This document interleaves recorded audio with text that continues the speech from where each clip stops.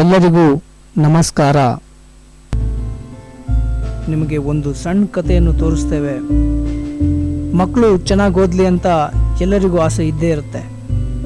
ಅದಕ್ಕೆ ದೂರದ ಹಳ್ಳಿಗಳಿಂದ ಮಕ್ಕಳನ್ನು ಓದಲಿ ಅಂತ ಸಿಟಿ ಹಾಸ್ಟೆಲ್ಗೆ ಸೇರಿಸ್ತಾರೆ.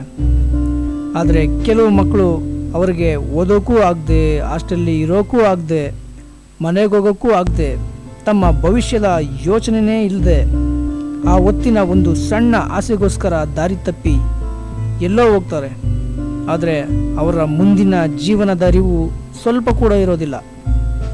ಅದೇ ರೀತಿ ಸಣ್ಣ ಕೆಲಸಕ್ಕೆ ಆಸೆಪಟ್ಟು ಹಾಸ್ಟೆಲ್ನ ಬಿಟ್ಟು ಹೋದ ಹುಡುಗನನ್ನು ಹುಡುಕಿ ವಿದ್ಯಾಭ್ಯಾಸದ ಮೌಲ್ಯವನ್ನು ಹೇಳುವುದೇ ಈ ಕಥೆಯ ಸಾರಾಂಶ.